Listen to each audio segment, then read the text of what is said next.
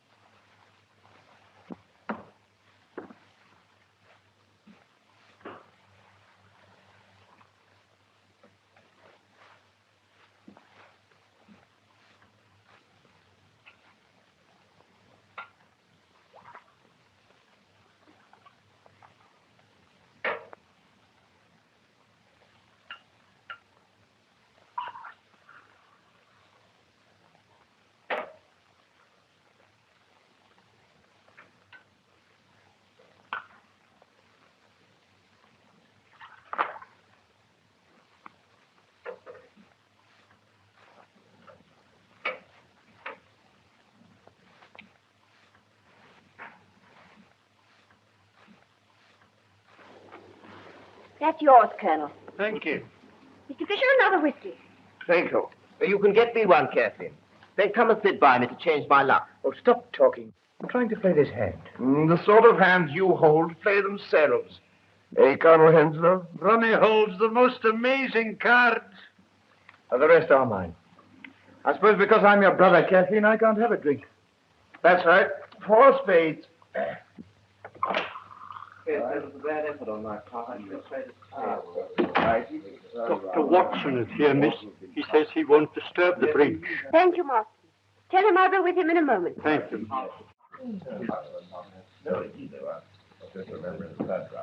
The king is you. But yes, dummy, of course, you've had the opportunity of coming in today. Well, now, what about Olive? 4 in one hand and 1 in the dummy at 81. Excuse me, sir. This was on the floor. Thanks.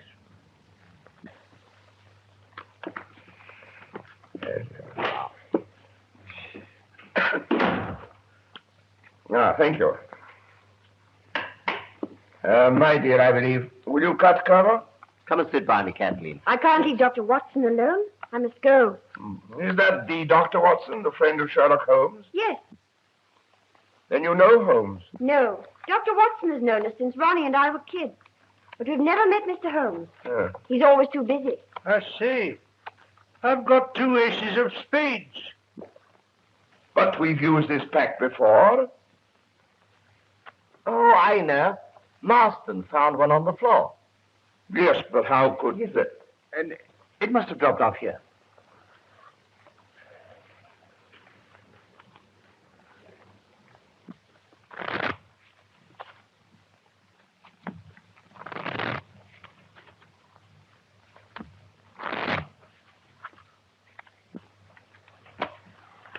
Your cut, please, Colonel. Cut for me, Ronnie. Well, Oh, don't go, Kathleen. I'll come and say good night to you all before I go to bed. I expect you'll all be at it till 3. Now, don't get up. I hope you all win.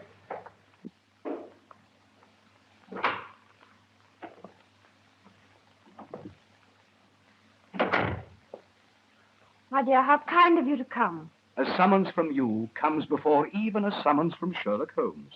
It's sweet of you to say so, anyhow. Take off your coat and let me give you a drink. No, thanks. I can't stay. I came for a moment because you sent for me. Well, let's sit down for a minute.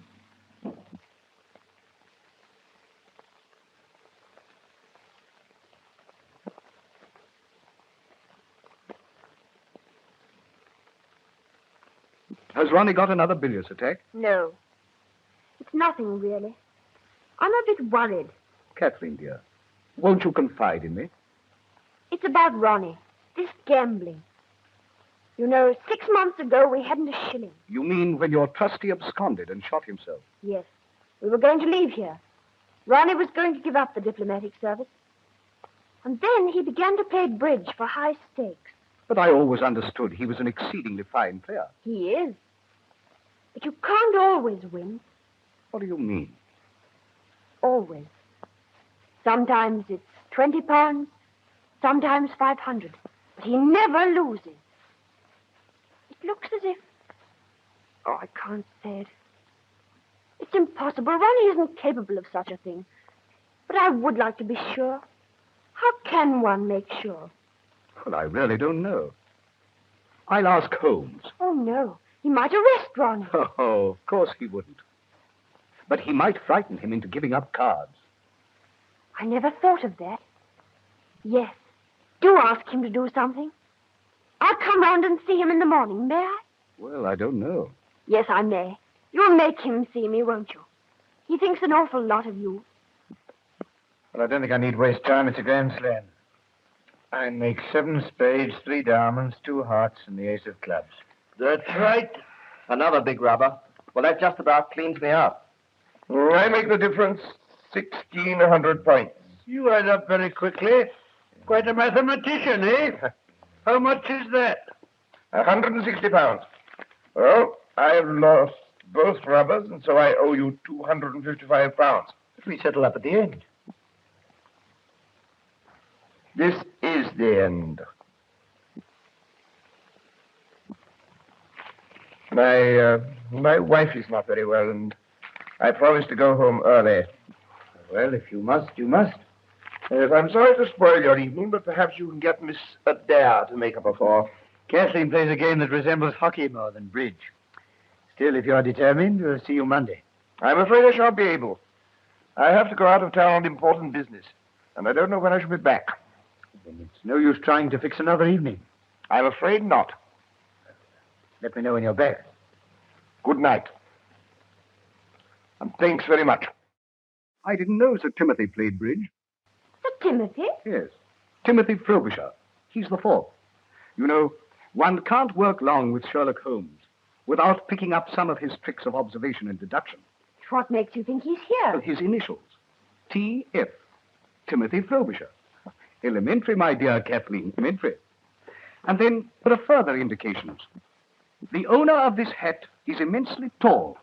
You see, he's bruised the top edge here, probably going through a door. Excuse me, may I have my hat? Yours? Certainly. My initials are inside. T.F. Thomas Fisher. Oh, I beg your pardon. You're not going? Yes, my wife is not very well, and I promised to get home early. Oh, I am sorry. I think I'll go too. Well, good night, and thanks for playing. Sorry you had such rotten luck. See you Monday. Well, really, I think I better not. I've lost an awful lot lately, and I think I better chuck it for a bit. Oh, just as you like. Oh, don't think me rude, but I just can't afford it. That's all right, Abba. Good night, Colonel. Good night.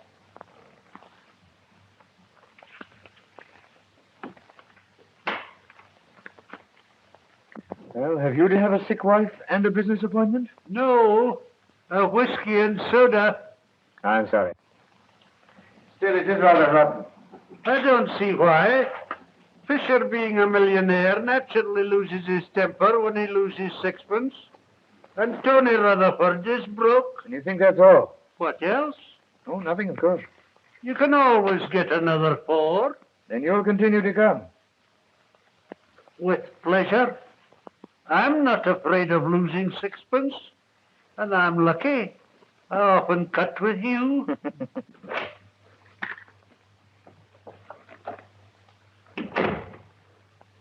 What's the matter with you all, stopping so early? Well, Fisher had to go. And for once in my life, I'm going to have an early night. Then I'll see you out. Good night, Ronnie. Good night, Colonel.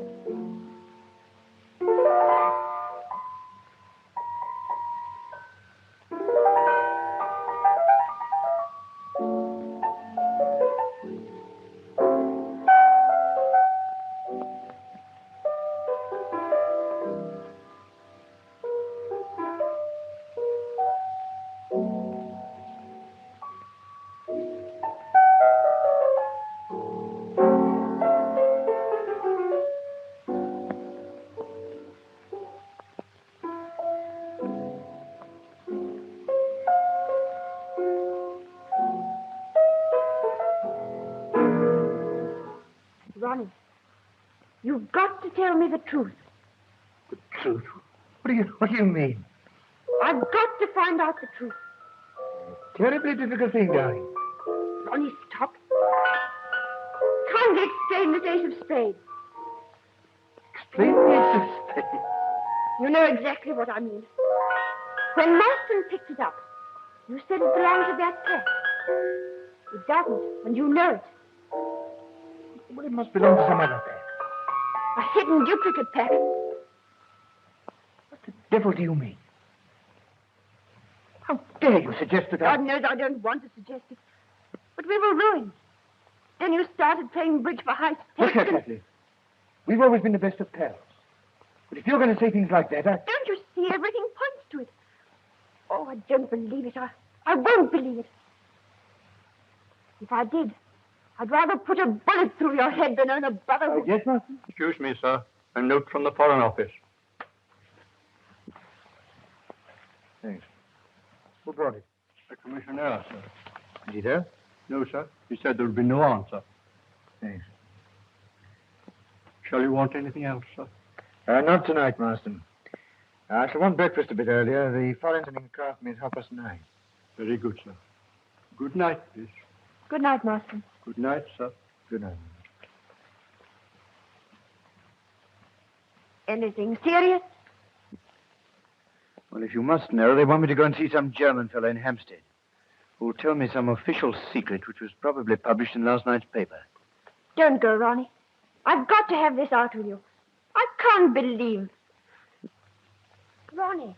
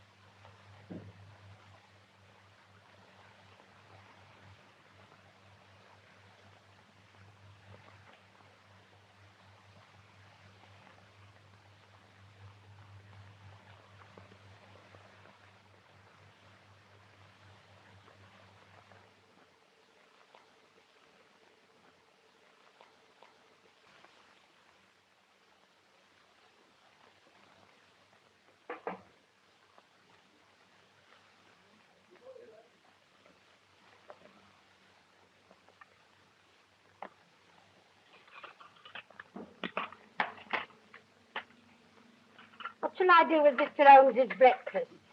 Isn't he up yet? Ain't no sign of him. Hasn't even took in his shaving water. I do wish he'd be a bit more regular in his habits. Meals at all times of the day does turn a house upside down. But you know, Mrs. Hudson, you always insist on keeping his meals for him. He never asked. Yes, but the poor man must eat sometimes. If I didn't see that he had a bite now and again, it'd have been in his grave years ago. I should go and bang on his door. Yes, sir. But sometimes when he's thinking out his problems, he's that cross when he's disturbed. He won't be this morning. He's rather good-tempered. And he doesn't want any breakfast.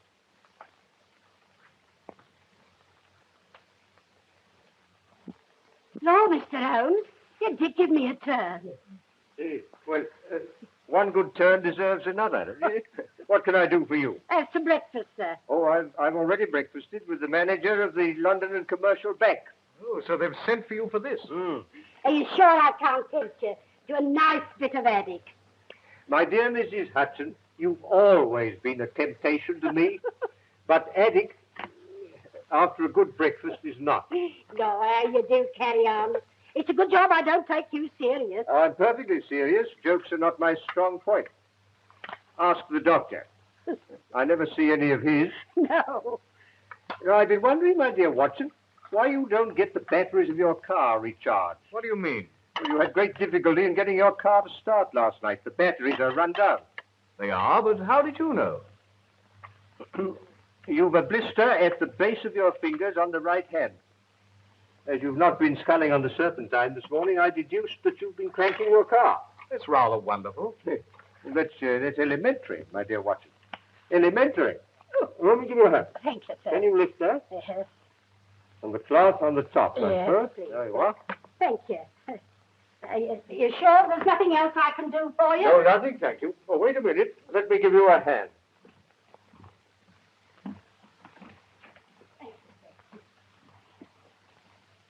Why have they sent for you about this? It's perfectly simple. A man tries to burgle a bank, is disturbed, kills the watchman, and runs away. I find it very interesting.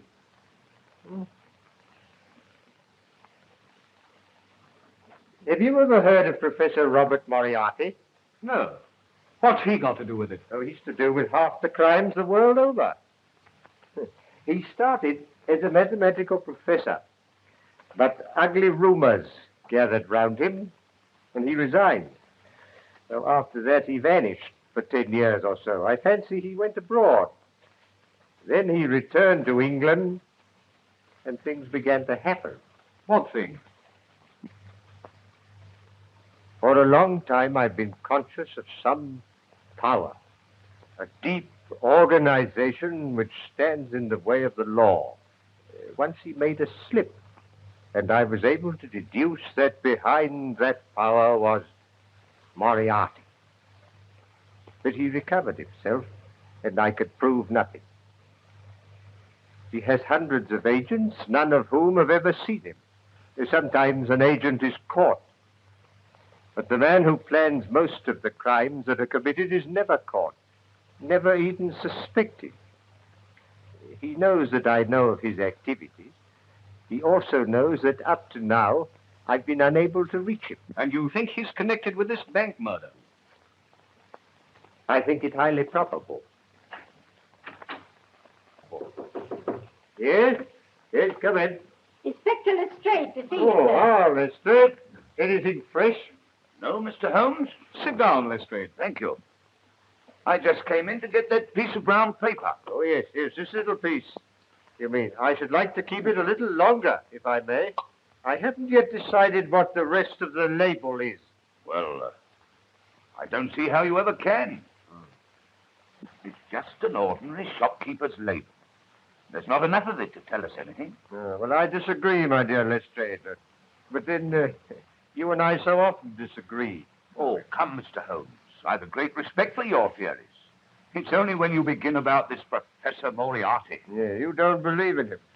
I ask you, is it possible for a man to plan half the crime in this country without the Yard knowing who he is, where he lives, or anything about it? It does seem rather strange. I mean, the man can't live nowhere, never be seen by anyone. Of course. Well, lots of people know him, but they don't know that he's Moriarty. You yourself may know him.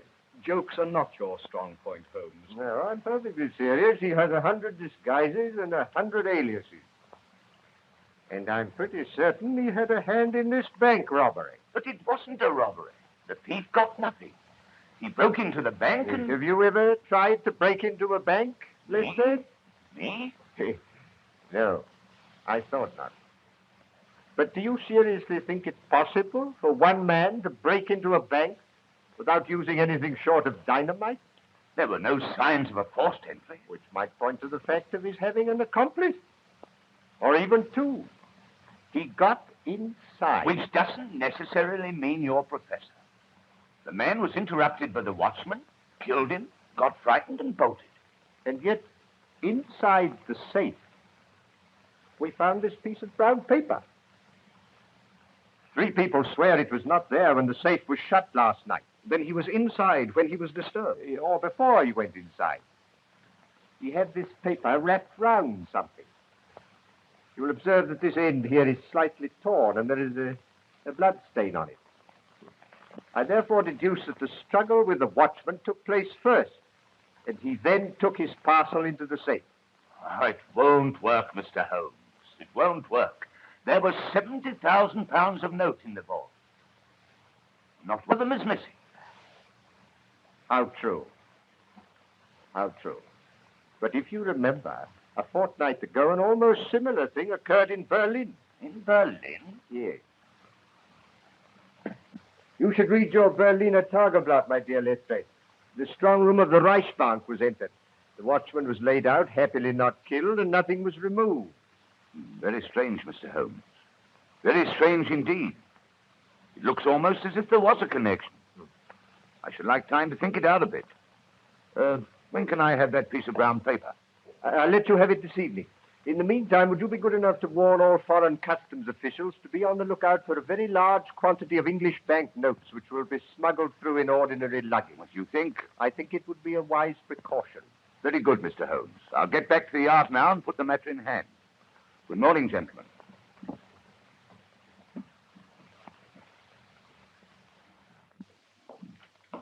The chief has arrived, sir.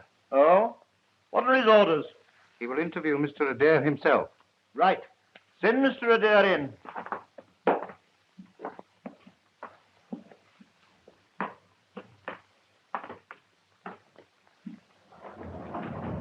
What the devil's the meaning of this?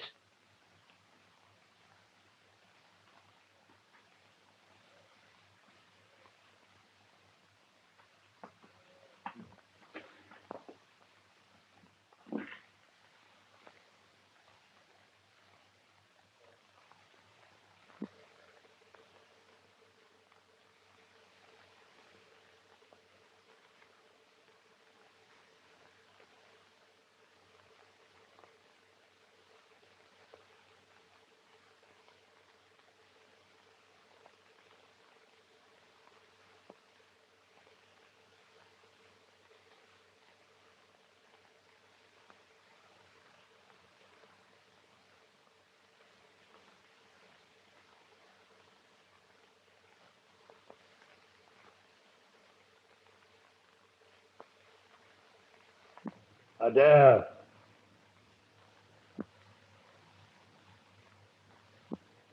Adair. My God, am I drunk or what? I hope not at 10 o'clock in the morning. What's all this about? I was seized in a car, blindfolded, and driven half round London. I apologize for that. It was just a slight precaution. And you must forgive me concealing my identity behind the sleeping Cardinal. Please sit down.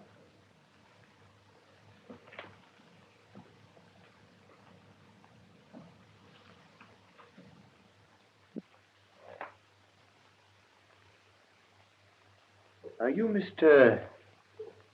Clink? Mr. Otto Clink? No. Poor Otto Clank must have been dead a good many years. What the devil's the meaning of this? Only that I have a slight favor to ask of you, Mr. Adair. A favor? Who are you, anyway? I understand that you are leaving on the Golden Arrow at 11 o'clock tomorrow for Paris. And if I am? You are going on Foreign Office business, and you will have a laissez-passer, which means that your luggage will not be examined by the customs. I want you to take a suitcase to Paris for me. I'll do nothing of the kind. Why should I? Because you can't help yourself. Don't be ridiculous. Sit down, Adair. You go to hell.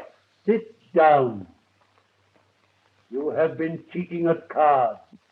What? I repeat, you have been cheating at cards. I should have warned you that this picture is painted on steel. Sit down. All your life you have been interested in sleight of hand. Your trick of palming a whole pack of cards has been very useful to you since your trustee absconded and left you and your sister penniless. It's a lie. You have taken to playing bridge for very high stakes. When you deal, you simply change the pack after it has been cut to you. You have a carefully prepared pack in the palm of your hand. You do the same when you cut a pack to your opponent. Now, this procedure, if publicly known, is not likely to lead to an advancement either social or diplomatic. In fact, it means the end of you. Who's been telling you this ridiculous story? Last night you made a slip. You dropped the ace of spades. Now I think I can count on your doing me this very slight service. Go on. A suitcase bearing your initials will be delivered at your flat at 9:30 this evening. You will pass it through the customs with your other luggage. I understand you have engaged a room at the Bristol in Paris. You will take your luggage there, and by 10 o'clock tomorrow night, the suitcase will have vanished from your room. You will make no comment. What's in this precious suitcase? That does not concern you. Yes, but it might be anything. Stolen jewels, bombs, heaven knows what. No, I'll be damned if I'll be made use of in this way. I feel sure that you will change your mind. In the event of your not doing so, you will find the only alternative in the box on the table. What do you mean?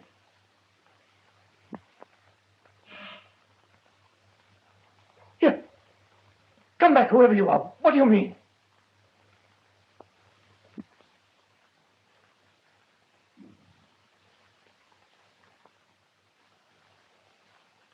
The only alternative. Oh, my God.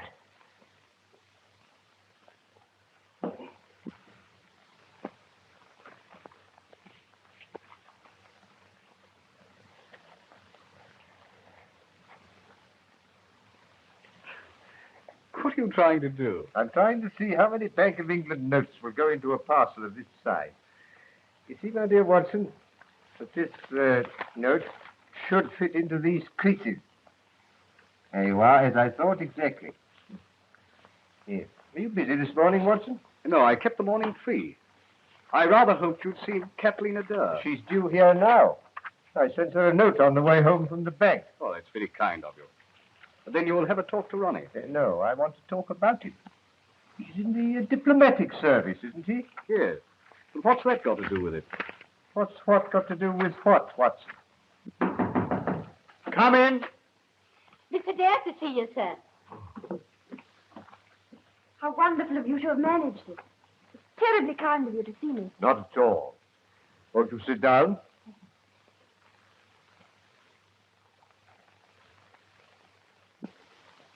Watson's told me how worried you are about your brother, but I don't quite see what I can do.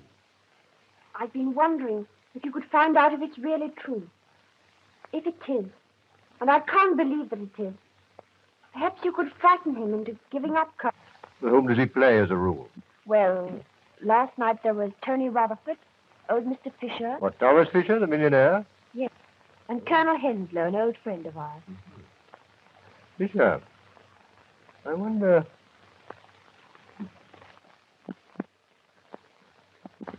Forgive me, Mrs. Dare, but does your brother travel at all on official business? Quite a lot. In fact, he's off to Paris tomorrow. Ah, I thought so. How long has he known that he would be going tomorrow?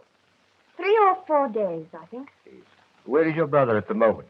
I don't know. At the Foreign Office by now, I should think. He went out early this morning. They sent a car for him.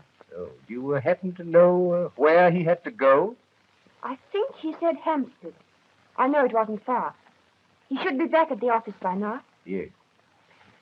Yes. They think a great deal of your brother at the Foreign Office. They used to. But lately he's been playing so much bridge. I'm afraid he's been neglecting his work. Yes, that's a pity. Yes. I wonder if you'd be good enough to ask your brother to come and see me this afternoon. Of course. I'll go round to the Foreign Office now. Oh. I might just catch him. Why not telephone? He hates being long up there, and I couldn't explain on the telephone. What shall I do if I miss him? Well, when will you be seeing him? Tonight. He's dining out, and he's bound to come in to dress. Very well. In that case, would you be good enough to ask him to come and see me in the morning before he starts? That's awfully kind of you. Don't mention bridge to him. As a matter of fact, I shall not say a word on that subject myself. But you may rest assured that after he has seen me, he will never gamble again. I can't tell you how grateful I am. Not at all. It's I am grateful to you.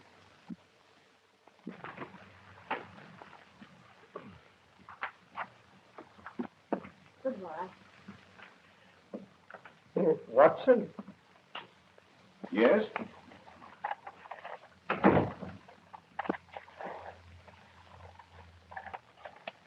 What's all this mean, Holmes? Means, my dear Watson, that the Foreign Office doesn't send a car to take a very unimportant young man to Hampstead.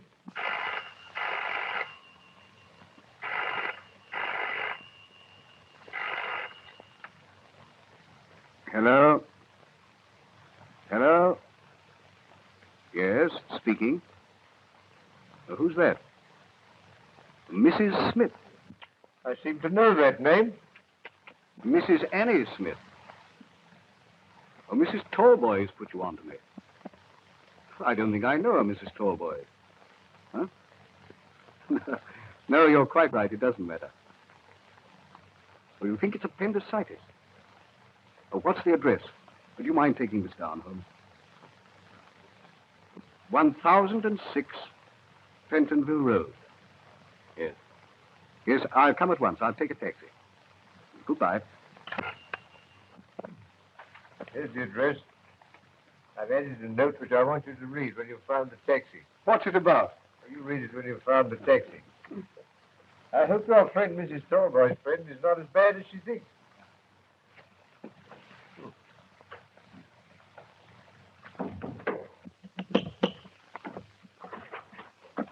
Now, what is it? Please, Mother says, can I have Paul's pajamas? They've blown us our line into your backyard.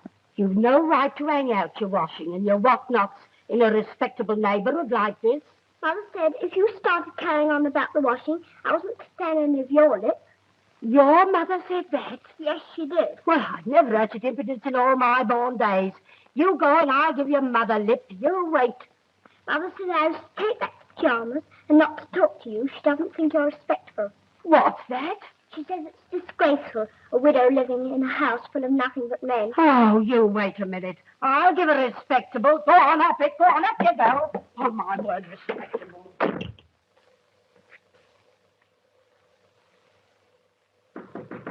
Yes.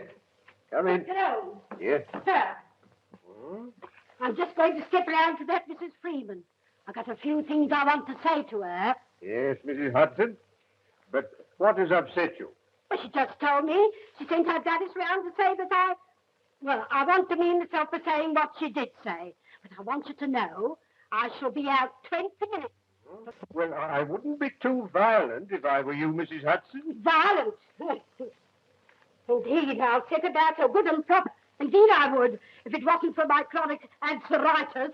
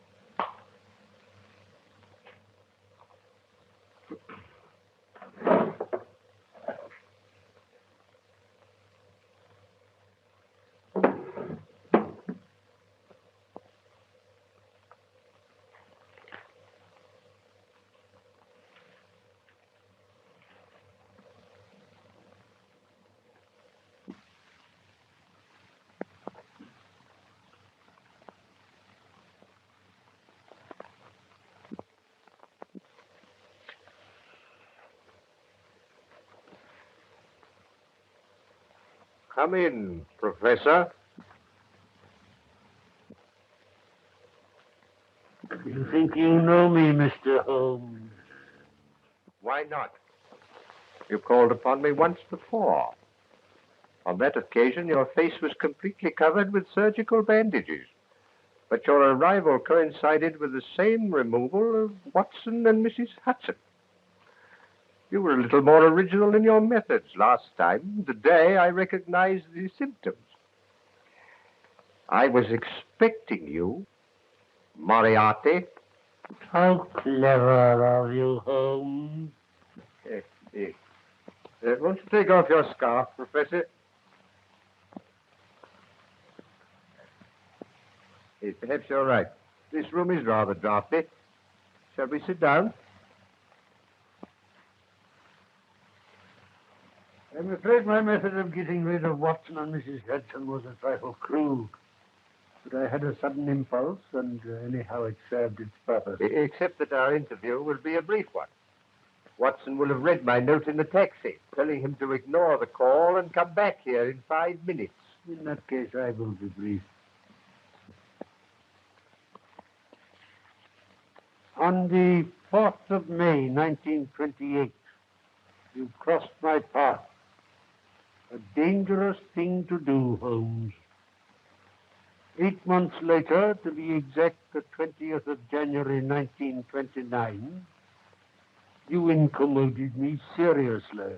Yes, you made a bad slip in 1929, didn't you? Nearly had you, Professor. And now I find you so constantly in my way that it would be better for me if you were removed. Perhaps what I have to say has already crossed your mind. Possibly my answer may have crossed yours. You stand fast? Absolutely. A great pity, Holmes. I have a great respect for your mentality. A great pity. You're getting in the way of a great organization, the full extent of which even you, with all your cleverness, cannot realize. You wish to put me in the dock. You never will. If you destroy me, rest assured I shall do as much for you. That's very interesting, Professor, but your 5 minutes are up. I fancy I hear the arrival of Watson. May I offer you a piece of advice? Never give way to sudden impulses. They're even more dangerous to you than I am. I read your note, Holmes. I beg your pardon. Did you come to see me? Your friend is in great danger.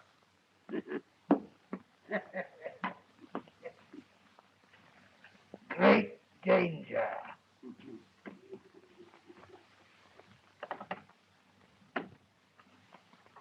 What's the matter with him? It is the draft, Watson. He's feeling the draft very badly at this moment. But who was it? Well, that was Mrs. Smith of 1006 Pentonville. Mrs.? Or shall we say, Professor. Oh, the mythical Moriarty.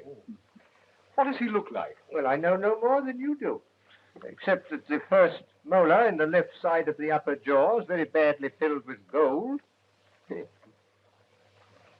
Have you a mathematical mind, Watson? I think so, fairly. Ah. Well, never give way to sudden impulses. They're not good for mathematicians. Moriarty has made the worst slip he's made since January 1929. You mean you think you found out how to get him? No. No, I found out where he gets his boots. I wish you'd be serious. The professor's boots are made by Mr. J.J. Godfrey, bootmaker. Yes, here we are. 502 Pont Street, Southwest 1. Godfrey, Pont Street? Yes. But that's where I have mine made. You do surprise me. But Godfrey's a perfectly respectable tradesman with a high-class clientele. Well, obviously. Obviously, you and Moriarty. You share a bootmaker with the professor. And for all I know, he may be a great friend of yours. Oh, really?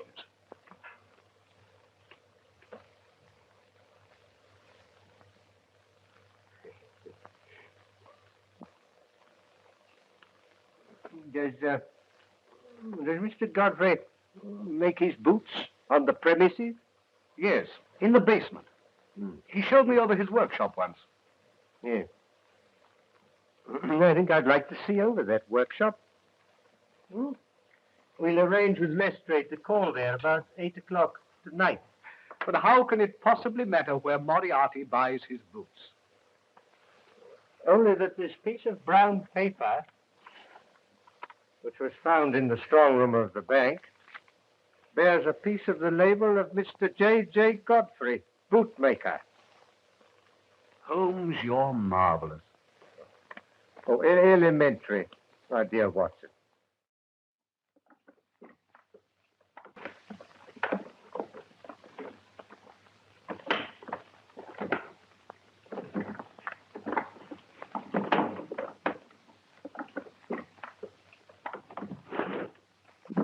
Well, that's that. Now what am I to do with it? You will be at Down Street Tube Station at 9 o'clock precisely. You'll take the suitcase with you. Oh, it's all right. There's heaps of time. It isn't 8 o'clock yet. In the main entrance, you will see a man with a scar on his left temple. He will take the suitcase from you. Yes, sir. The keys? Hello, sir. Looks a good bit of work. Yes, sir. I'm a good workman. Moran, Well, the chief's here. I have just been informed that Inspector Lestrade has left Scotland Yard in a powerful car with police constables number 47, 54, and 83, all of the C Division. They will doubtless call for Sherlock Holmes and that great detective, Dr. Watson. Don't attempt to hide the suitcase. It would look suspicious. And see that everything is tidy. If the police detain you, I have arranged for someone else to take the suitcase. Come in here, Moran. You heard? Yes, sir.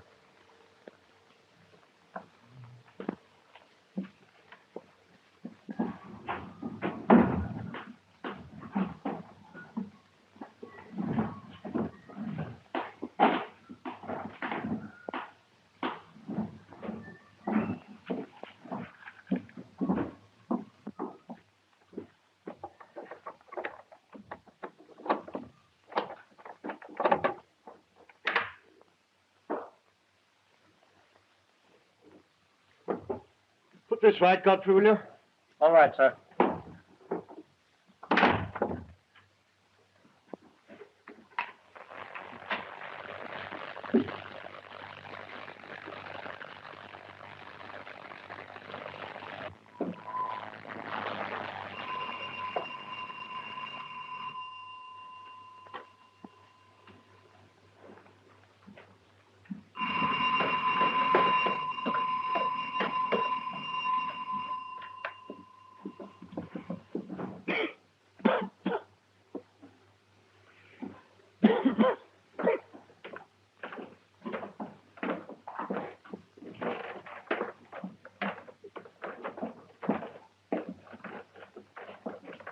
Which of you is Mr. Godfrey?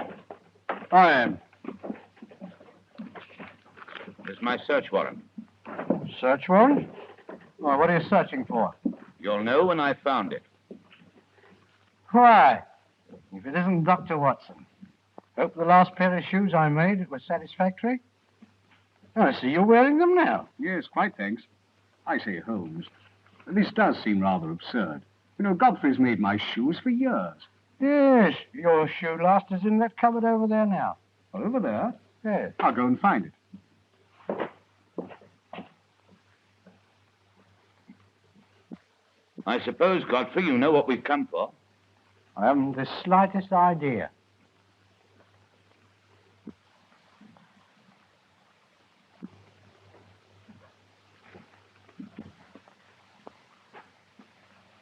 Hello. Starting out a new branch, eh? Oh, that? Yes, that's an experiment. Special order for a new customer. Thought I might as well try my hand at it. Glad to see you look after your work people, Godfrey. Oh. Well, I've only got 3 of them. There's Roberts and Williams and his brother here. Yeah. Well, you look after them. The place is properly ventilated. Ventilated? Oh, that. Yes, sir. Yeah.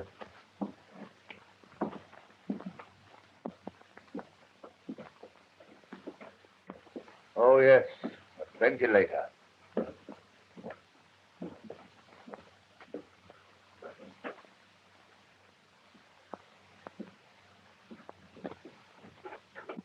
Where's that door lead? To the area. But as you can see, it hasn't been opened for years. Well, I should like you to open it. Heaven only knows where the key is. That door hasn't been opened since I don't know when. Oh. Godfrey, this is a curious looking. What do you use for? It's used for special work. Oh.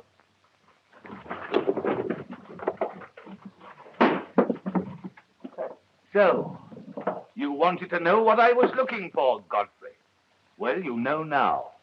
I was looking for a press that made perfect Bank of England notes. Take them all away.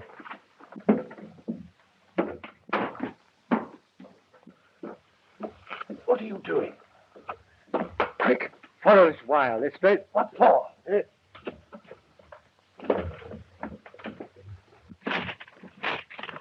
Go on, quickly, straight. Help me get this door down.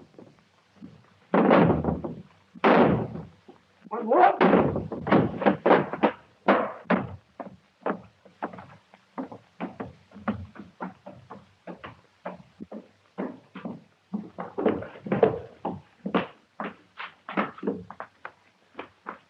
Watson. Damn.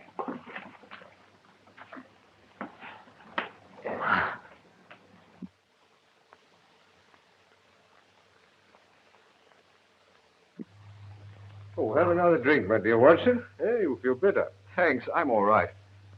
I haven't a scratch. It was a bit of a shock being seized and trussed up like that. You saw nobody? Nothing. I was standing in the cupboard, and the shelves swung round. I was seized from behind and blindfolded. Well, anyway, we've done a good night's work. My theory of the bank robbery is proving correct. But what has your finding a forger's outfit in a bootmaker's basement got to do with a bank robbery, which wasn't a robbery at all? Well, I'll try to explain.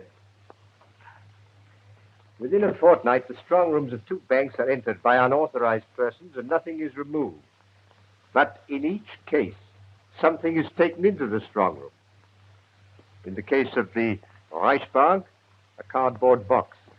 In the case of the commercial, a piece of brown paper. Well, they wanted to take the notes away in them. The brown paper had been creased and folded round something. Well, Mr. Godfrey's printing press makes perfect Bank of England notes. Now, supposing they have an accomplice who gives them the numbers of the notes in stock. They make duplicates. Probably perfect duplicates if my friend Moriarty has anything to do with it. They change these for the real one. Now, the forgeries have to arrive at the bank uncreased and spotless. Hence the brown paper. But the real ones can be taken away anyhow, stuffed in the pockets, anything. And the paper discarded. The robbery will not be discovered until 2 notes of the same number arrive at the Bank of England. And the longer that event is postponed, the better. So what does my learned friend do? Well, holds them up. No, no, my dear Watson. No. It's no use having £70,000 worth of notes if you don't use them. Well, then he must start circulating. Or send them abroad. Oh, no. Now, that sounds difficult. You see, customs officials might ask questions if they opened a trunk full of Bank of England notes. Yeah, how true, Watson, how true. Well, in any case, I don't feel I've been trussed up for nothing. It was worth it to find that printing press. The printing press, my dear Watson, was valuable to get your friend Mr. Godfrey a term of penal servitude. But the really important discovery was the suitcase. Suitcase? You probably didn't observe that on the lid were the initials R.A. I didn't, but what does that signify? Ronald Adair is leaving tomorrow morning for Paris on Foreign Office business. He will have a diplomatic passport and a laissez-passer, which means that his luggage will not be examined. But, well, you can't connect him with... Good heavens, you don't think he's one of the gang? Supposing Moriarty were to threaten to expose his bridge exploit. How should Moriarty know? Well, how do I know things? What time is it, Watson?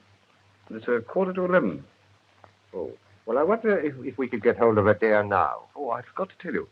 Miss Adair sent a message to say that she'd missed her brother at the Foreign Office and that she'd sent him round in the morning. Well, will you ring up now, Watson, will you, and see if we can get hold of him right away? Yes, certainly. If I'm right, that young man is the one weak spot in Moriarty's armor. If I can get hold of him, Moriarty's wrong. He will stand in the dock tomorrow, and not long after on the gallows.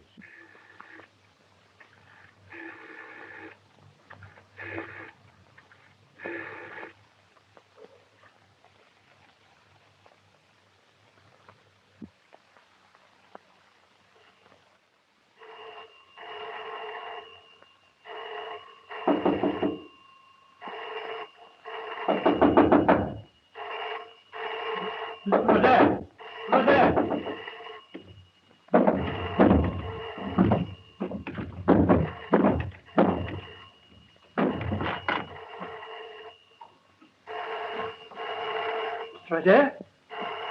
Mr. Adair!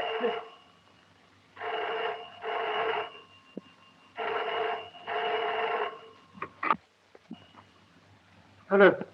Yes. You can't, sir. You can't. He's killed. Yes, I've just found him shot through the head. Is it usual for you to go to bed as early as 10 o'clock? Yes, sir. When there's no company. And you heard nothing at all? No, sir. You see, our bedrooms are all at the back of the building. Completely cut off from the rest of the flat. I see. Yes, sir. Thank you. Would you send the butler to me? Yes, sir. You can go too. But surely, Lestrade, considering what I've told you about the bridge party, it was obviously a case of suicide. Then where is the revolver? Well, he must have thrown it out of the window. Well, the bullet didn't penetrate the brain. He may have been conscious for a few seconds after the shot. And his fireplace shows that he'd been burning his correspondence. A good deal of correspondence. Then what about the letter he was writing? I can't make that out. The sleeping Cardinal forced me to... I can't think what it means. Oh, Mr. Holmes. Would you care to examine the servants? The cook and the housemaid neither saw nor heard anything. No, Lestrade. No. You carry on. No, I'll just amuse myself. We found this on the table in front of him. The sleeping Cardinal. The sleeping Cardinal, now. Where have I heard that name before?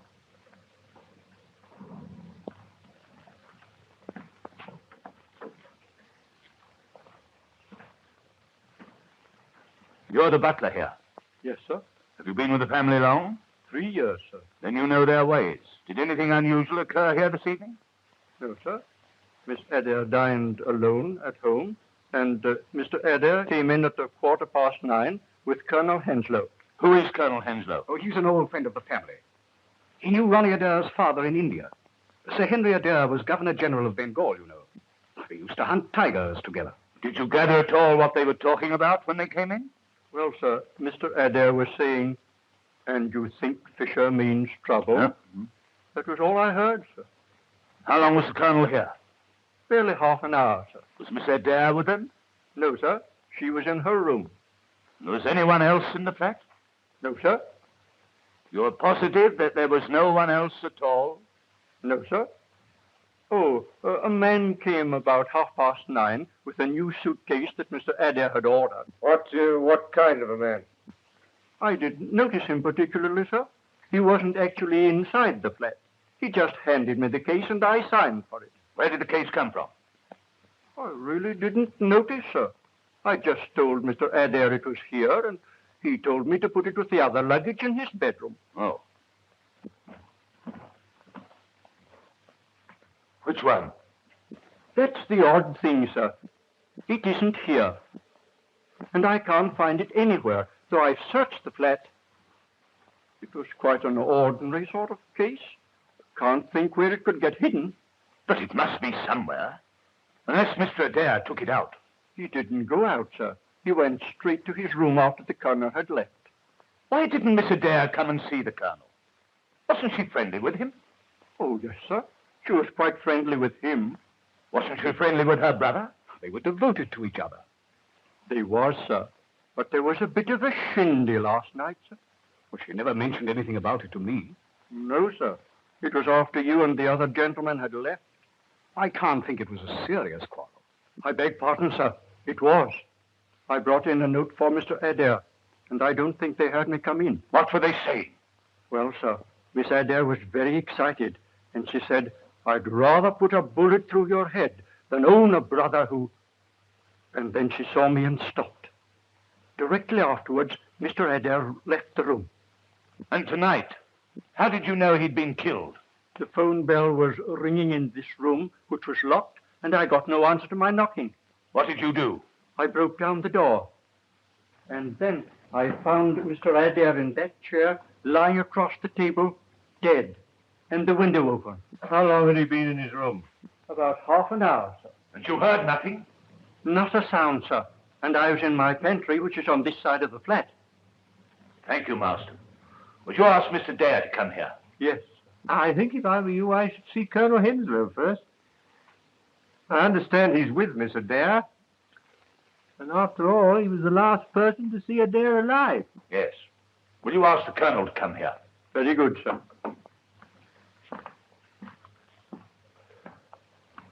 Well, that disposes of your suicide theory. What do you mean? You're not suggesting that Miss Adair... At any rate, she threatened. But the door was locked on the inside. Ah, Colonel. I don't think you know Inspector Lestrade and my friend Sherlock Holmes. Delighted to meet two such famous people. I also am delighted to meet such a distinguished big game hunter. My hunting days are over. Yes, yes. That must be a great trial to you, of all people. Was it the war? No. A tiger mauled my arm. It turned septic and had to be taken off at the shoulder. I'm lucky to be alive at all. Yes, I'm immensely ignorant about tiger hunting. Tell me, you go out on elephants with beaters, don't you? Pardon me, Mr. Holmes, but I must ask the Colonel a few questions. Yes, all right, let's say, just a minute. I'm very interested in tiger hunting. Well, elephants and beaters are used when royalty and rajas hunt tigers, but they're expensive. Oh, very. You can always tether a goat and wait till the tiger comes for it. Really, Mr. Holmes, I'm pressed for time, and I must ask the Colonel a few questions. Yeah, well, fire ahead, Lester, fire ahead. You were the last to see the deceased alive. Yes, he's been very nervy since last night. He came round this evening and asked me to come back with him for a chat. I suppose you all know what's happened at the bridge party. Yes? One of the players looked like being unpleasant, and Adair wanted my advice. And what was your advice? To do nothing at all. Even if it were true, nobody could prove it. And he was less worried when you left?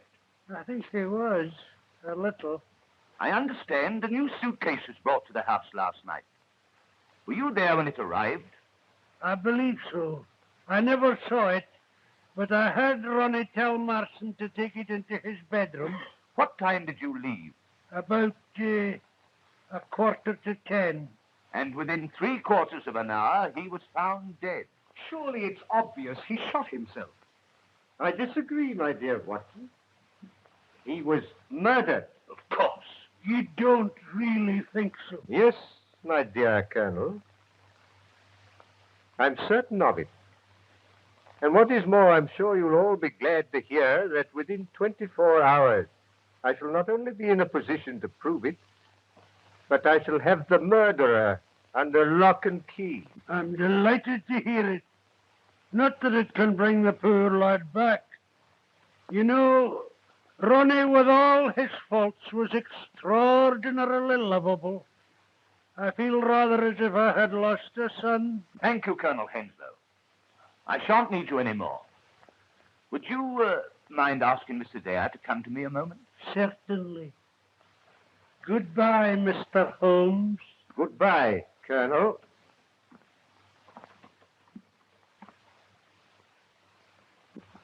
I'm sorry I interrupted you, Mr. Holmes, but you seem so interested in tigers, I thought you were never going to stop. They interest me. The stark ferocity, the cold cruelty. Very human beings are like tigers, you know. Now I suppose you're back to your Moriarty theory. You're not going to try and tell me that this is his handiwork? Well, who knows?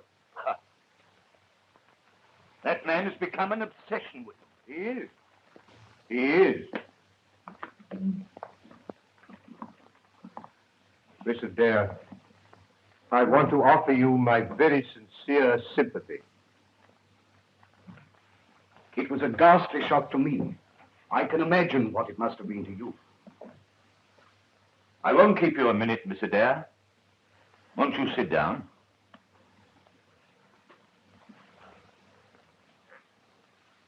When did you last see your brother? At 6:30. He came in to dress, and I came in here to give him a message. What was the message? I told him that Mr. Holmes wanted to see him before he went to Paris. You see, I'd asked Mr. Holmes to interview him. What did he say? He was upset. In fact, we had rather a quarrel about it. Another quarrel? You had one the night before. Yes, but this was not so serious. He was merely annoyed that I had spoken to Mr. Holmes. He was very annoyed? Well, rather. He seemed more frightened than annoyed. I couldn't understand. And so you quarreled again? Well, yes. He said I had no business to interfere in his affairs. And did you again threaten to shoot him? Shoot him? What do you mean? The night before, your butler heard you threatening him. Oh, no. I never did anything of the kind. I shoot Ronnie. You said you would rather put a bullet through his head than own a brother who... Oh, that was only a figure of speech. I was accusing A him most of something. unfortunate figure of speech, considering that within 24 hours he was found with a bullet through his head. But you don't think that No, miss. But I must ask you to come along with me after I've finished my investigation. I say, Lestrade, this is grotesque. Holmes, listen. Here's Lestrade suggesting that Miss Adele... No, Dr. Watson, I didn't. All I want is her to come along and make a statement. I'm sure Miss Adair will be delighted to go with you, Lestrade. It is quite a warm night. Anything you say, of course. Thanks, miss. I shall be ready in a minute. Then I'll go and put on my things. If you have no more questions. No, nothing else, thanks.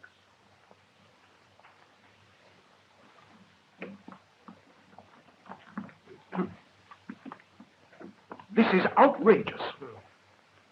Well, Mr. Holmes, what do you think? It's really remarkable how many varieties of trees there are in these London parks. Have you ever noticed what remarkably fine specimens? Really, Mr. Holmes, you're a most extraordinary man. In the middle of an investigation like this, you begin talking about trees. Holmes, you've heard Lestrade's ghastly accusation. Surely it was suicide. He burned his correspondence. I don't think he did. These are the ashes of, I should say, at least a dozen packs of playing cards. Because he was afraid Fisher was going to expose him. My dear Watson, as I've already told you, this was murder. And it was committed from outside this room. What? Shot through the keyhole? Ronald Adair burnt those playing cards, and they caused a great deal of smoke. He opened the window and sat down to write that confession. And the moment he sat down, he was shot from outside. But how? From this height, you can hardly see the street. He would have had to have been hanging out of the window. And he wasn't. He was sitting in that chair. And you're suggesting that somebody stood in the middle of Park Lane between 10 and half past and fired a rifle? It would have had to have been a rifle to carry as far as this. And that nobody saw or heard anything, though there must have been hundreds of passers-by. Yes, passers-by there undoubtedly were. But as you've doubtless already ascertained, there were no police about. I beg your pardon, Mr. Holmes. There are always police about. There were a couple on point duty at Stanhope Gate. I find on inquiry that 3 separate disturbances occurred at precisely 10:15 in this neighborhood tonight. A lot of roughs who are not accustomed to frequent the public house round the corner refused to leave and were ejected by the police. A young woman drove a car into a lorry about 100 yards up the road, and there was a false alarm of fire in Harford Street. It's curious that all these things should have been absolutely simultaneous. But even supposing the police were occupied, you can't stand and fire a rifle into a Park Lane window without somebody having seen and heard something? How true. Do you know a hornbeam when you see one? A hornbeam? There are some remarkably fine specimens in the park. What is a hornbeam? The Latin name is Carpinus. They're common in the temperate zones of Asia and some parts of southern England. It looks like a beech, but it isn't.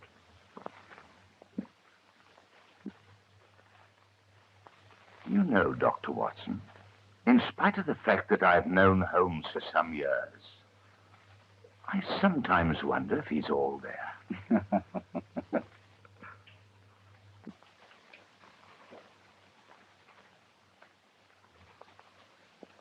Put this in your mouth for a few minutes. What for? I don't think you're at all well. Oh, nonsense, my dear Watson, nonsense. I'm in the very best of health, in spite of a couple of nasty shocks. When did you have a shock? Well, I said two. During the stroll I took this afternoon, I was just going to cross the Marylebone Road. The policeman on point duty was holding up the traffic, when a two-horse van, apparently out of control, whizzed round the corner and was on me in a flash. I sprang to the pavement and saved myself by the fraction of a second. Good heavens. Yes. 10 minutes later, a brick fell from the roof of a house. It was shattered at my feet. They were repairing the roof at the time, but the police proved it was an accident. I know better. Oh, very nasty indeed. Oh. But these things happened this afternoon. I was worrying about you in the early hours of the morning. Mm-hmm. What did I do? Do? In the middle of a terribly serious conversation, you started talking about trees in the park and the difference between a hornbeam and a beech, altogether disconnected. And I thought a little delirious. Yes, I did ramble a bit, didn't I? And I'm sorry you made what Lestrade called a bombastic statement. That within 24 hours, 12 of which, by the way, are already gone, you would have the murderer. You know, it wasn't at all like you, Holmes. No, you did look as if I were very ill, didn't you? It gives Lestrade such a chance to crow. He thinks he's done a frightful lot and you nothing. He's disposed of my suicide theory and made an arrest. Who? I wonder he hasn't arrested you or Mrs. Hudson. And he never stops talking about this mythical Moriarty. Now listen, my dear Watson. I have established to my own satisfaction that in both the Reichsbank and the commercial bank cases, forged notes were substituted for real ones. Well? I have also established to my own satisfaction, and through the missing suitcase, that Ronald Adair was to have taken those English notes to Paris. And the same brain that planned that scheme planned the removal of Ronald Adair. But why should they remove their means of getting the notes safely out of the country? Because Ronald Adair refused at the last minute. Why should he? He was still open to exposure as a cheat. That's what frightened him. Yes, but I frightened him still more.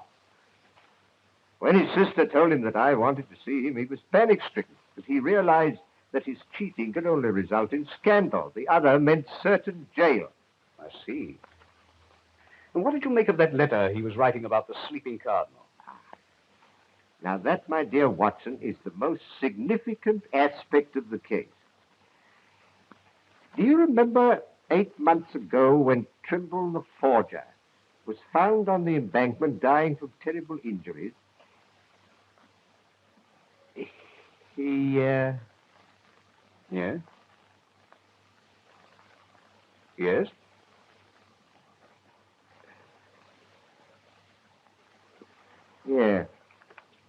Yes.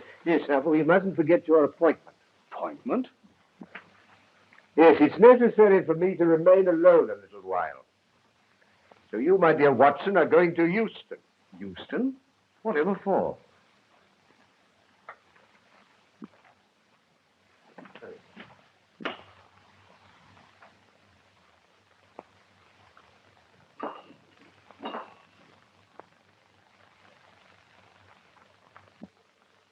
What's the idea? You'll see.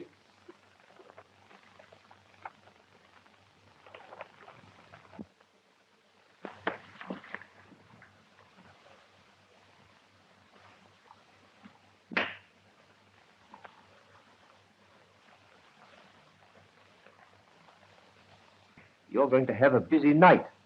Now, I want you to put on your coat and hat, take a suitcase. You needn't pack anything. Get a taxi and make a great fuss about getting it.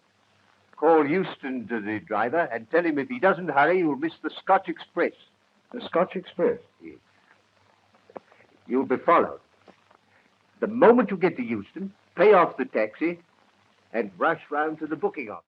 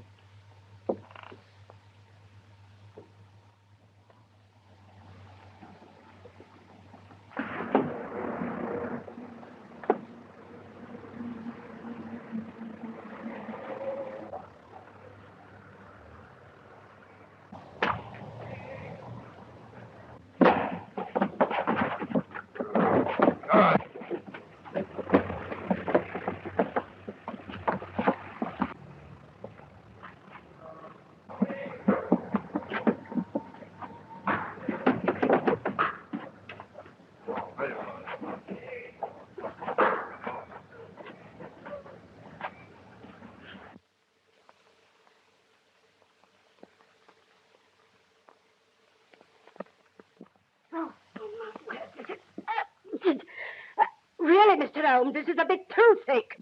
My apologies, Mrs. Hudson. Once again, you've proved yourself far above ordinary women. Well, Mr. Holmes, I did as you told me to.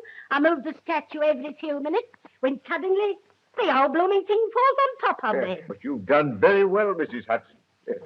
Very well. Lestrade, bring in the prisoner.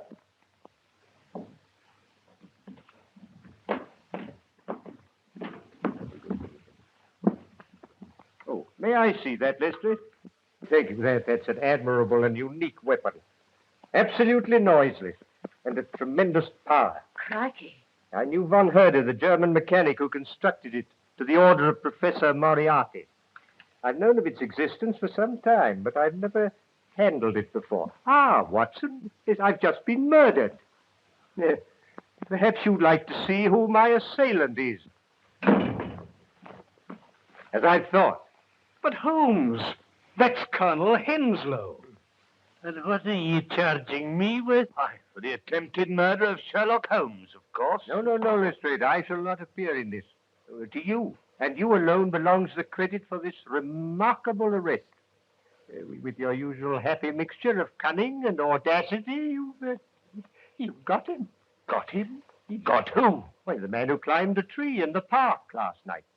A hornbeam, to be correct, and shot Ronald Adair through the open window of his flat in Park Lane. Has it occurred to you, Mr. Holmes, that it must be rather difficult to climb a tree and shoot anyone when one only has one arm? Ah, yes, I'd forgotten. Your left arm must be causing you great inconvenience. Lestrade, I wonder if you'd be good enough to free it for the Colonel. Hello? What's the game? Let me introduce you to Professor Robert Moriarty, the mythical Moriarty, my obsession. I warned you when you called upon me yesterday that sudden impulses were dangerous. I observed that the first molar in your left upper jaw was very badly filled with gold. And when Colonel Henslow was feeling as if he'd lost a son, I observed the same bad workmanship in the same tooth. You clever, cunning swine. You think you've got me and you're safe. But you're up against an organization, Holmes. They'll get you. They'll destroy you. I might even do it myself.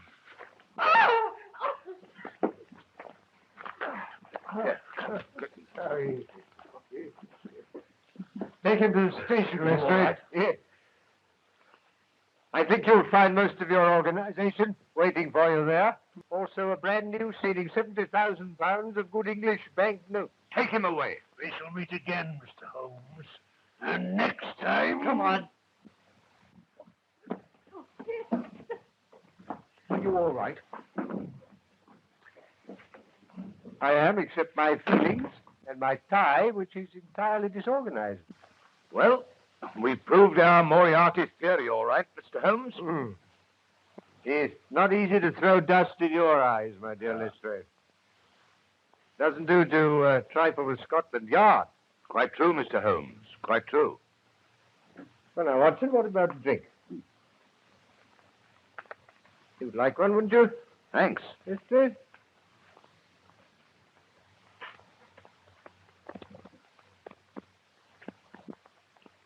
I can't think how you managed to discover these things, Holmes.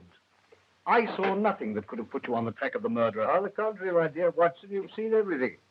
Except the tree, which I told you about, but you were unable to make the necessary deductions.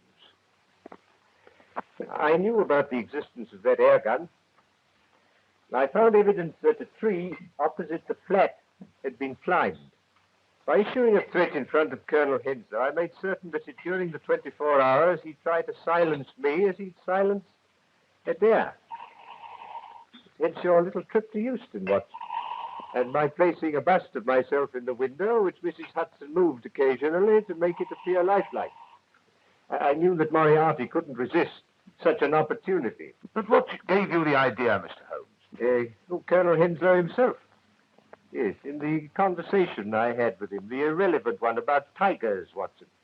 You can always tether a goat as a bait and wait till the tiger comes. Of course. But what about the sleeping Cardinal? Godfrey's made a stake the sleeping Cardinal. That's the painting in the room in which you were tied up, Watson, and through which Moriarty used to speak unseen by his dupes. I've only one regret, that the bust of myself by Angelo Palazzini has been irretrievably ruined.